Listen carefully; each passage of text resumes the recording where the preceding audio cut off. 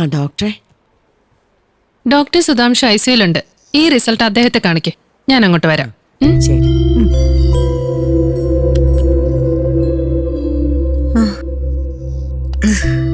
Okay ആണല്ലോ അല്ലേ? അതെ.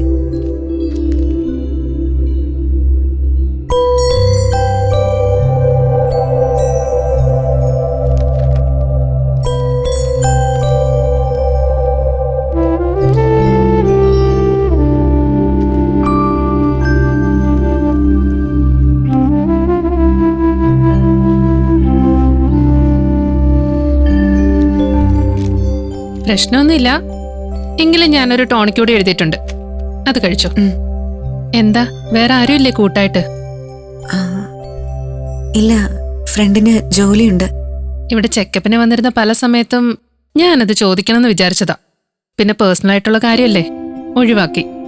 പക്ഷെ ഡെലിവറി സമയത്തും ആള് സ്ഥലത്തില്ലെന്ന് പറഞ്ഞ,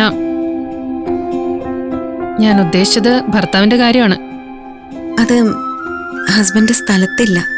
വിദേശത്താ? അതെ, എനിക്ക് ജോലി ഇവിടെ ആയതുകൊണ്ട് ഞാനിവിടെ ഫ്രണ്ടിനോടൊപ്പം. വീട്ടുകാര്? മനസ്സിലായില്ലേ ഡോക്ടറെ, പ്രേമിച്ച് ഒളിച്ചോടി പോന്നതാ. ഡൽഹിയിലെത്തിയപ്പോ ഭർത്താവിന് വിദേശത്ത് ജോലി കിട്ടി അങ്ങ് പോയി. പിന്നെ ഈ കുട്ടിക്ക് ഇവിടെ ജോലി ഉള്ളോണ്ട് ഇവിടെ അങ്ങ് തങ്ങി. ഡെലിവറി എടുക്കാറായപ്പോ ഹസ്ബൻഡിന് ലീവും കിട്ടിയില്ല. പിന്നെ ഉടക്കി നിക്കണ വീട്ടുകാരെ വിളിക്കാനേ ഇവരുടെ അഭിമാനോട്ട് സമ്മതിക്കുന്നുമില്ല. എന്നാ പിന്നെ പ്രസവം അങ്ങ് ഒറ്റയ്ക്ക് നടത്താന്നങ്ങ് വിചാരിച്ചു. അല്ലേ വേദേ? അതെ.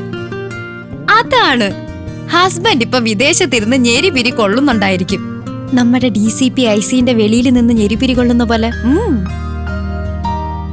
ചട്ടർപ്പട്ട ആള് കൊള്ളാലോ. Thank you. കാര്യങ്ങൾ മുഴുവൻ മനസ്സിലാക്കി വെച്ചേക്കോ അല്ലേ? കൺസീവ് ചെയ്ത് കഴിഞ്ഞപ്പോഴെങ്കിലും വീട്ടിലൊന്ന് അറിയിക്കാമായിരുന്നില്ലേ? അത് ഡോക്ടർ, എന്റെ ഡോക്ടറെ, ഈ വീട്ടുകാരെന്ന് പറയുന്ന വിവരദോഷികളുണ്ടല്ലോ, തള്ളയും കുഞ്ഞ് രണ്ടാകുന്നത് വരെ വൈരോഗ്യം വെച്ചങ്ങ് കാത്തിരിക്കും. എന്നാ രണ്ടായി എന്നറിഞ്ഞാ പിന്നെ എന്റെ മോന്റെ കുഞ്ഞല്ലേ, എന്റെ മോളുടെ കുഞ്ഞല്ലേ എന്നിങ്ങനെ അപ്പൂപ്പനും അമ്മുമ്മയെ സ്നേഹം വാരി കോരി ഒഴുക്കി ഒരു വരവ് വരും. പിന്നെ അവരുടെ ഒരു അധികാരം കാണിക്കല്ലേ. അത്രയും കാലം പടിക്ക് പുറത്ത് എന്നും പറഞ്ഞ് പിണ്ടം വെച്ച് പറഞ്ഞയച്ച മകനായാലും മകളായാലും അവർക്ക് വേണ്ടപ്പെട്ടവരെ. അതല്ലെങ്കിലും അങ്ങനെ അരുണേ, വേദ നോക്കിക്കോളൂ. വേദയ്ക്കൊരു കുഞ്ഞ് ജനിച്ചെന്നറിഞ്ഞ ഇപ്പോഴുള്ള വൈരാഗ്യം മുഴുവൻ ആദ്യം ഒലിച്ചു പോകുന്നത് ആരുടെ മനസ്സിൽ നിന്നായിരിക്കും അറിയാമോ? വേദയുടെ അമ്മയുടെ മനസ്സിൽ നിന്നായിരിക്കും അല്ലേ ഡോക്ടറെ? എനിക്ക് തോന്നുന്നത് അച്ഛന്റെ മനസ്സിൽ നിന്നായിരിക്കും എന്നാണ്. അതെന്താ? അതങ്ങനെയാണ്. നമ്മൾ കുഞ്ഞുങ്ങളെ 10 മാസം ചുമക്കുകയും പ്രസവിക്കുകയും ഒക്കെ ചെയ്യും. പക്ഷെ നമ്മളെക്കാൾ കൊതിയോടെയും ഇഷ്ടത്തോടെ അവരെ കാത്തിരിക്കുന്നത് അച്ഛന്മാരും അപ്പൂപ്പന്മാരുമാണ്. കാരണം അറിയോ, പെണ്ണുങ്ങൾ ചെയ്യുന്ന ഈ പരിപാടി ആണുങ്ങൾക്ക് ഇന്നും ഒരു അത്ഭുതമാണ്. ജീവനുള്ള ഒരാൾ മറ്റൊരു ജീവനെ ഉള്ളിലിട്ടുകൊണ്ട് നടക്കുന്നു, പ്രസവിക്കുന്നു, മുലയൂട്ടി വളർത്തുന്നു എന്നതൊന്നും ഒരാണിനും മനസ്സിലാക്കാൻ കഴിയില്ല. പെണ്ണിന്റെ മുന്നിലാണ് തോൽക്കുന്നത് നമുക്ക് ദൈവം തന്ന ഈ ശക്തിയുടെ മുന്നിലാ. അതുകൊണ്ട് ധൈര്യമായിരുന്നോളൂ. ഈ പ്രസവം കഴിയുന്നതോടെ വേദയുടെ കുഞ്ഞിനെല്ലാരും ഉണ്ടാവും, ഉറപ്പ്. ശരി, ബൈ ബൈ. കേട്ടില്ലേ? പക്ഷെ നീ ഇപ്പൊ കേട്ടതൊന്നും അല്ല ശരി. നിനക്കിപ്പോഴേ എല്ലാവരും ഉണ്ട്. മുത്തശ്ശനും അച്ചാച്ചനും അച്ഛമ്മയും അമ്മുമ്മയും എല്ലാവരും. നിന്നെ അവരിൽ നിന്നൊക്കെ മാറ്റി നിർത്തിയത് ഞാനാണ്. ആരുടെ മുന്നിലും പൊരുതി നിന്നിട്ടുള്ള, ഏത് പ്രതിസന്ധിയിലും പതറാതെ നിന്നിട്ടുള്ള നിന്റെ അമ്മ. പക്ഷെ നിന്റെ ജീവന്റെ കാര്യം വന്നപ്പോ തോറ്റുപോയി. ഭയം അമ്മയെ തോൽപ്പിച്ചു. പക്ഷെ നിന്റെ സുരക്ഷ അതുറപ്പാക്കിയാൽ അമ്മ തന്നെ നിനക്ക് നഷ്ടപ്പെട്ടതെല്ലാം തിരിച്ചു നേടിത്തരും, ഉറപ്പ്.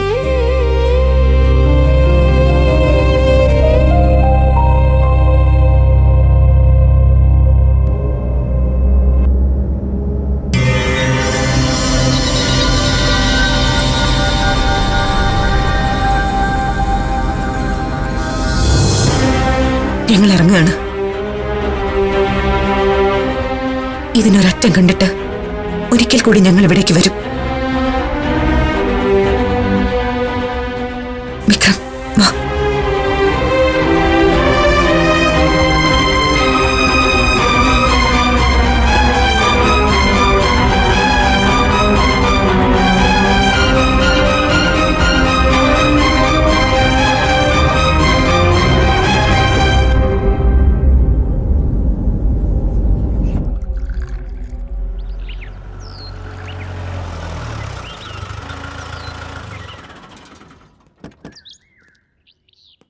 ശ്രീകാന്ത് ഡൽഹിയിൽ പോകാൻ തീരുമാനിച്ചോ?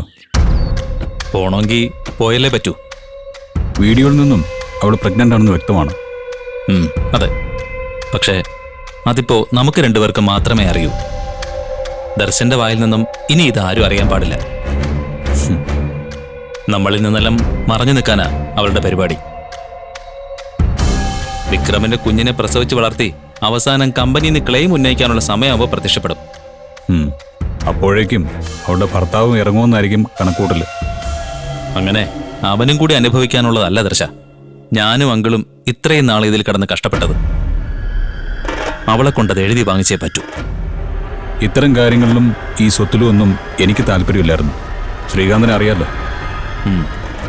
അവളെന്നെ എല്ലാ കാലത്തും അവഗണിക്കുകയും ഒഴിവാക്കുകയും മാത്രമേ ചെയ്തിട്ടുള്ളൂ. അപ്പോഴൊക്കെയും ഒരു നല്ല സുഹൃത്തെന്ന മട്ടിൽ കൂടെ നിന്നവനാ ഞാൻ. എന്നിട്ടും എൻ്റെ അച്ഛനെ കൊല്ലാൻ അവൾ ആ വിക്രത്തിനോടൊപ്പം നിന്നു. അത് സഹിക്കാൻ എനിക്കാവില്ല. അതാണ് ആ വീഡിയോ ഞാൻ അയച്ചു തന്നത്. ദർശന്റെ അച്ഛൻ അവളുടെ അങ്കിൾ കൂടിയായിരുന്നില്ലേ? ആ സ്നേഹം വേണ്ട, ഒരു ബന്ധുവാണെന്ന കൺസിഡറേഷൻ പോലും അവൾ നൽകിയില്ലല്ലോ. അവളെ കണ്ടെത്തി ഞാൻ കൂട്ടിക്കൊണ്ടുവരും. അല്പം ബലം പ്രയോഗിച്ചാണെങ്കിലും ബാക്കി നമുക്ക് എല്ലാവർക്കും കൂടി തീരുമാനിക്കാം. ഒരു കാരണവശാലും ആ കുഞ്ഞ് പറക്കാൻ ഞാൻ സമ്മതിക്കില്ല. ദർശൻ കംസന്റെ കഥ കേട്ടിട്ടില്ലേ? സഹോദരിയുടെ 8ാമത്തെ പുത്രനാണ് കംസന്റെ ശത്രുവെങ്കിൽ കടിഞ്ഞൂൽ പിറപ്പ് തന്നെയാ എന്റെ ശത്രു. അതിനെ അവസാനിപ്പിച്ചില്ലെങ്കിൽ അത് ഞാൻ വിക്രമന് കൊടുക്കുന്ന ഔദാര്യമായിരിക്കും. ആ ഔദാര്യം അവൻ അർഹിക്കുന്നില്ല. ശരി, ഞാൻ എന്തിനും കൂടെയുണ്ട്. വിളിച്ചാൽ മതി. എന്നാ വരട്ടെ. ശ്രീകാന്ത്, ദാ വരുന്നു മരുമകനെ ജയിലിൽ നിറക്കാൻ ജഡ്ജിയുടെ പദവി ഉപേക്ഷിച്ച് വക്കീൽ കൊട്ടണിഞ്ഞ തന്റെ അച്ഛൻ. ഞാനങ്ങ് പോവാ. വെറുതെ സംസാരിച്ച് വഷളാവാൻ ഞാനില്ല. നിക്കടോ, ഒന്ന് കണ്ടിട്ട് പോവാം. വീട്ടിൽ പോവാത്തതിനാൽ വല്ലപ്പോഴും എങ്ങനെ നേരിൽ കണ്ടുമുട്ടു. വാ.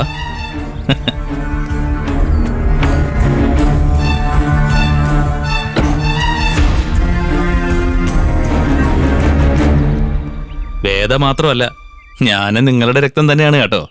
ആ ശുദ്ധി പക്ഷേ നിന്റെ സ്വഭാവത്തിലില്ലാതെ പോയി. ശുദ്ധി കൂടുതലുള്ളതുകൊണ്ടാവും അളിയനെ കൊന്ന മരുമകനെ രക്ഷിക്കാൻ ഇങ്ങനെ പരക്കം പായുന്നത്, അല്ലേ? വിക്രം അത് ചെയ്തുവെന്ന് ഞാൻ ഇപ്പോഴും വിശ്വസിക്കുന്നില്ല. അഥവാ സംഭവിച്ചിട്ടുണ്ടെങ്കിൽ തന്നെ അതറിയാതെ സംഭവിച്ചതായിരിക്കും. അത് ഞാൻ കോടതി തെളിയിച്ചോളാം.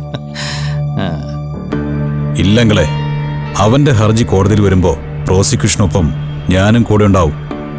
അവനെ അവിടെ നിന്ന് ഉടനെയൊന്നും പുറത്തിറക്കാമെന്ന് അങ്കിള് വിചാരിക്കണ്ട. ദർശൻ വക്കീലേ, നമ്മുടെ കേസ് വിളിക്കാറായി. ഞാൻ വരുന്നു. അപ്പൊ കാണാം അങ്കിളെ.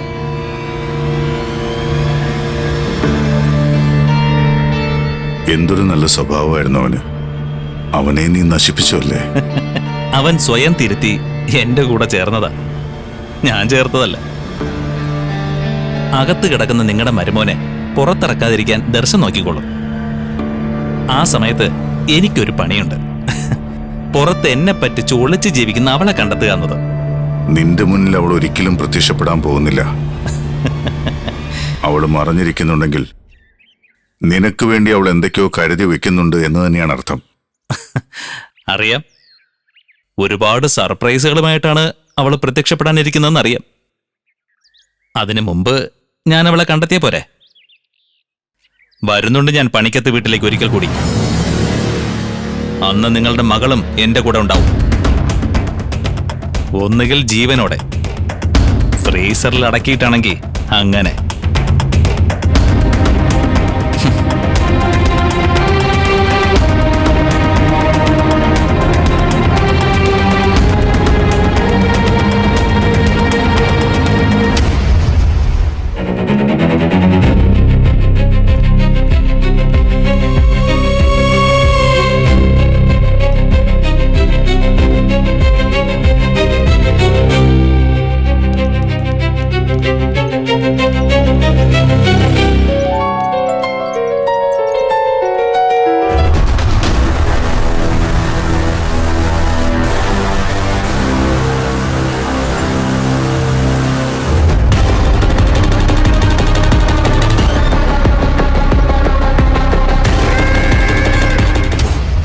अबे सुन, ये वही यमराज है भाई, तरुण दबांग। इसे पंगा लेना बैका है, चुपचाप आओ, कल्टी मार लो। आओ भाई। आओ।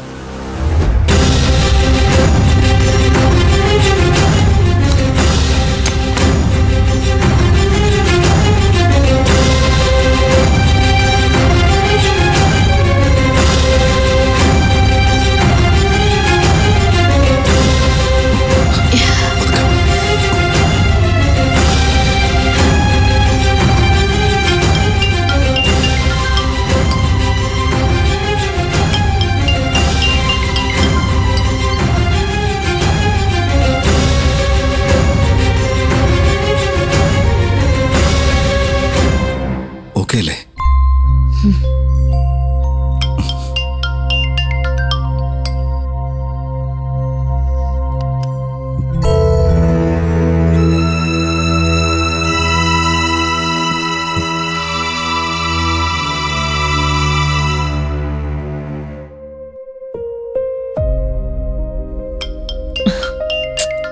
ആ ഫോൺ എടുക്ക്.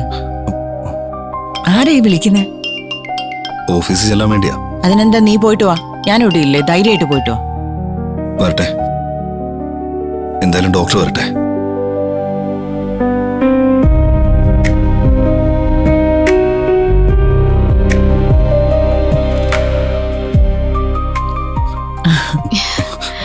പതുക്കെ.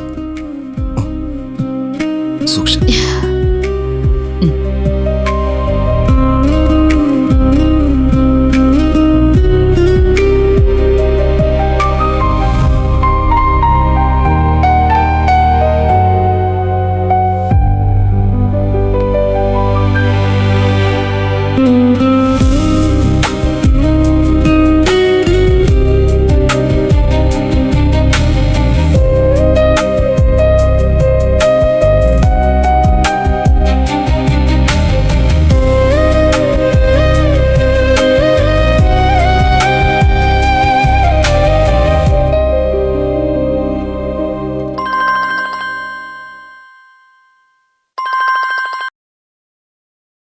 ഹലോ, താനെത്തിയോ?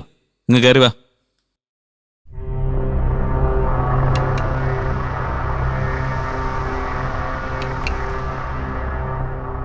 ആ സർ. വാടോ, പറഞ്ഞ ഒഴിക്കട്ടെ. അയ്യോ വേണ്ട സാറേ, പ്രസന്റിലേക്കാ നേരെ. നൈറ്റ് ഡ്യൂട്ടി ഉണ്ട്. ഞാൻ പറഞ്ഞത് നടക്കുന്നില്ലല്ലോടോ. അവനെ അവിടെ ഇട്ട് തീർക്കാൻ പറ്റിയ ആരും ഇല്ലടോ. അത് ഒരാൾ നാളെ പരോള് കഴിഞ്ഞ് തിരിച്ചു കയറും സാറേ. അത് പറയാൻ ആരാ? 2-3 കൊലക്കേസുകളിലെ പ്രതിയാണ് അയാള്. ആളുടെ പേര് കേട്ടിട്ടുണ്ടാവും, മർമാണി ബൈജു. ഓ, പണ്ട് പാർട്ടിയിലെ വിരുദ്ധനെ തീർത്ത കേസല്ലേ?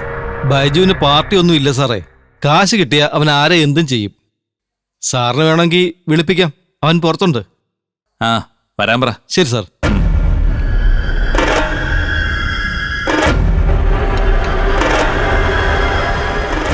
കാര്യങ്ങളൊക്കെ ഇങ്ങേറ്റ് പറഞ്ഞിട്ടുണ്ടല്ലോ അല്ലേ? ജയിലർ ആൻഡ്രൂസിന് അവനുമായിട്ട് നല്ല അടുപ്പോ. അതുകൊണ്ട് നോക്കിയും കണ്ടു വേണം ചെയ്യാൻ.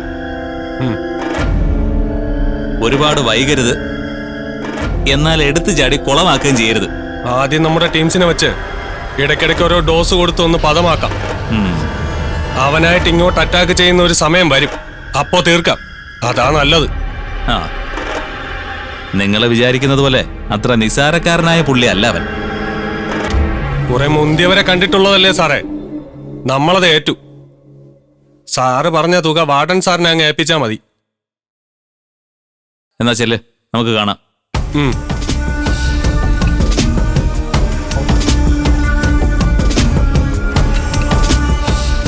ആണുങ്ങൾ തമ്മിലുള്ള ഏർപ്പാടാവുമ്പോ തുടങ്ങി വെക്കാൻ ഇവൻ നല്ലതാ. ഓട്ടെ സാറേ.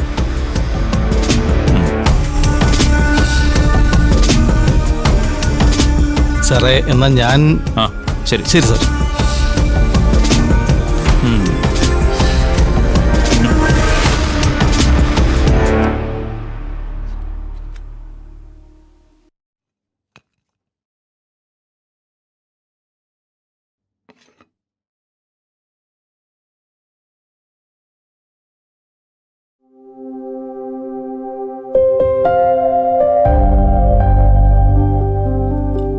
മോളെ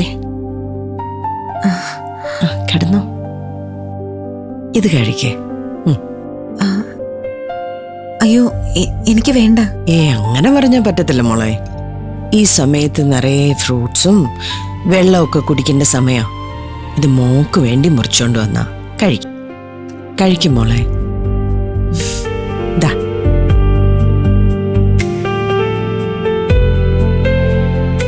രാധികയുടെ കാര്യത്തില് എന്താ പറയുന്നത്? കുഞ്ഞിന് കുഴപ്പമൊന്നുമില്ല മോളെ. പക്ഷേ രാധിക മോൾക്ക് ഇങ്ങനെ ഓർമ്മ വന്നും പോയൊക്കെ ഇരിക്കുക. ചിലപ്പോ പെട്ടെന്ന് എണീറ്റ് അലറി വിളിക്കും. കുറച്ചു കഴിയുമ്പോ നോർമലാവും. വേറെ ചില സമയത്ത് ഇങ്ങനെ കണ്ണടിച്ച് കിടക്കുമ്പോ ഏങ്ങി കരയും. ആ സമയത്ത് നമ്മൾ തട്ടി വിളിച്ചാൽ പോലും ആ കുട്ടി ഉണരല്ല. പേടിച്ചിട്ടാണ് ഇങ്ങനെ സംഭവിച്ചതെന്ന് അരുണ നഴ്സ് പറഞ്ഞത്. ഇങ്ങനെ ഒരു പാവം കുഞ്ഞിനെ ഞാൻ എൻ്റെ ജീവിതത്തിൽ കണ്ടിട്ടില്ല. ചോര കണ്ട അപ്പോ ബോധം കെട്ട് താഴെ വീഴും. രണ്ടുപേരും കൂടെ കല്യാണം കഴിച്ചേ വീട്ടിൽ വന്ന ദിവസം ഒരു പല്ലി അതിൻ്റെ വാല് മുറിച്ചിട്ടിട്ട് ആ വാല് കിടന്ന് പിടയ്ക്കുന്ന കണ്ടുകൊണ്ട് അലറി നിലവിളിച്ച് കരഞ്ഞവളാ. പക്ഷെ തരുൺ അങ്ങനെയല്ല. അവൻ അവൻ്റെ അച്ഛൻ്റെ സ്വഭാവമാ. വീട്ടിൽ ഇരിക്കുമ്പോൾ ഒരു ഉറുമ്പിനെ പോലും വേദനിപ്പിക്കത്തില്ല. പക്ഷെ ആ പോലീസ് വേഷമൊക്കെ ഇട്ടുകൊണ്ട് വെളിയിലോട്ട് ഇറങ്ങിയ കള്ളന്മാരെയും കുറ്റവാളികളെയൊക്കെ വിറപ്പിക്കുന്ന ഒരു രാക്ഷസനായിട്ട് മാറും. ഞാൻ പിന്നെ അവൻ്റെ ഈ സ്വഭാവങ്ങളൊക്കെ ആയിട്ട് ഒരുപാട് കാലമായിട്ടങ്ങ് പൊരുത്തപ്പെട്ടതാ. പക്ഷെ രാധികയ്ക്ക് അതിന് ഇനിയും കഴിഞ്ഞിട്ടില്ല. അവരെപ്പോ ഒരുമിച്ച് വെളിയിൽ പോയാലും പോലീസും സെക്യൂരിറ്റിയും ഒക്കെ കൂടെ കാണും.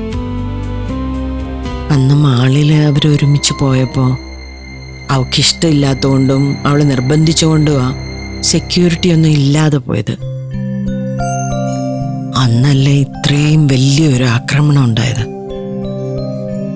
മോൾ എന്നിങ്ങനെ ഇവിടെ കിടക്കുന്ന കണ്ടപ്പോ എനിക്കെന്തോ എന്നെ തന്നെ കാണുന്ന പോലെ തോന്നി. കഴിക്കേ. തരുൺ ജനിക്കുമ്പോഴേ ഞങ്ങൾ ആസാമിലാ. ഞങ്ങളെന്ന് വെച്ചാ ഞാനും തരുണിന്റെ അച്ഛനും. തരുണിന്റെ അച്ഛനും പോലീസിലായിരുന്നു, DYSP. ആണോ? മാവോയിസ്റ്റ് വേട്ടയിലും എൻകൗണ്ടറിലും ഒക്കെ സ്ഥിരം പങ്കാളിയാകുന്ന ഒരു ധൈര്യശാലിയായ പോലീസ് ഓഫീസറായിരുന്നു. ഞങ്ങളുടേത് മാത്രമായിരുന്ന സമയങ്ങളിലൊക്കെ അദ്ദേഹം പറഞ്ഞു തന്നിരുന്ന കഥകൾക്കൊക്കെ ഒരു ചോരയുടെ മണമായിരുന്നു. തരുൺ ആ കാര്യത്തിലൊക്കെ വളരെ വ്യത്യസ്തനാ. ജോലിയുടെ ഭാരമൊന്നും വീട്ടിലോട്ട് കൊണ്ടുവരാറില്ല. അതിനെപ്പറ്റി ഒന്നും സംസാരിക്കാറുമില്ല വീട്ടിൽ വരുമ്പോ. രാധിക എന്ന് വെച്ചാൽ അവന് ജീവനാ. പ്രഗ്നന്റ് ആണെന്നറിഞ്ഞ സമയം തൊട്ട് ജനിക്കാനിരിക്കുന്ന കുഞ്ഞിനെ പറ്റിയായിരുന്നു സംസാരം. ഉണ്ടാകാൻ പോകുന്ന കുഞ്ഞ് പെൺകുഞ്ഞായിരിക്കും എന്നൊക്കെ. നമ്മളെ കഴിച്ചോ? തരുണിന്റെ അച്ഛൻ അതാ പറഞ്ഞു വരുന്നത്. എന്റെ പ്രസവത്തിന് ഒരാഴ്ച മുമ്പ് എന്നെ ഹോസ്പിറ്റലിൽ കൊണ്ടാക്കി. തരുണിന്റെ അച്ഛൻ ഓഫീസുമായിട്ട് ബന്ധപ്പെട്ട ഒരു ഓപ്പറേഷന് വേണ്ടി പോയി. 2 ദിവസം കഴിഞ്ഞ് തിരിച്ചു വരാമെന്നും പറഞ്ഞു പോയ ആള് എനിക്ക് ലേബർ പെയിൻ തുടങ്ങി ലേബർ റൂമിലായിട്ടും വന്നില്ല. വരാതെയല്ല,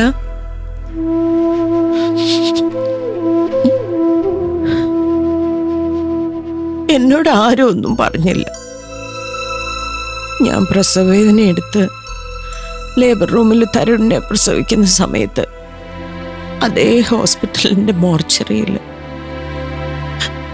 തണുത്ത് വിറങ്ങലിച്ച് കിടപ്പുണ്ടായിരുന്നു തരുണിന്റെ അച്ഛൻ. മരിക്കുന്നതിന് മുമ്പ് എന്നോടൊന്നും പറയരുതെന്ന് പറഞ്ഞിരുന്നത്രേ. എന്റെ പ്രസവം കഴിഞ്ഞ് ഒരാഴ്ച കഴിഞ്ഞേ പറയാവുള്ളെന്നും അതുവരെ അദ്ദേഹത്തെ മോർച്ചറി സൂക്ഷിക്കണം എന്നൊക്കെ മറ്റുള്ളവരോട് പറഞ്ഞിരുന്നു.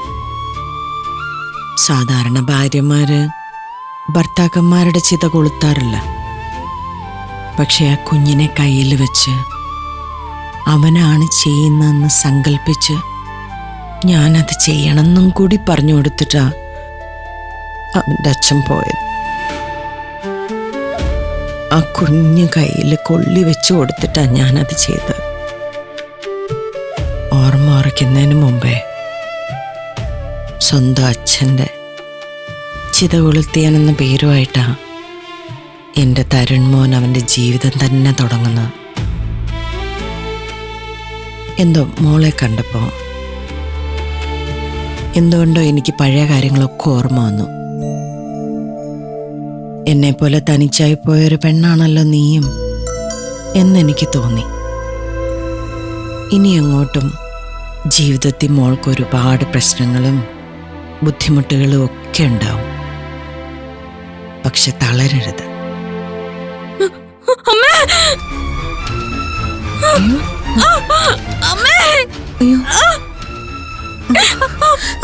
അയ്യോ, എന്താ മോളെ? എന്താ പറ്റിയത്? ഒന്നുമില്ലടാ, ഒന്നുമില്ലടാ മോളെ, ഒന്നുമില്ല, പേടിക്കണ്ട, ഒന്നുമില്ല, ഒന്നുമില്ല.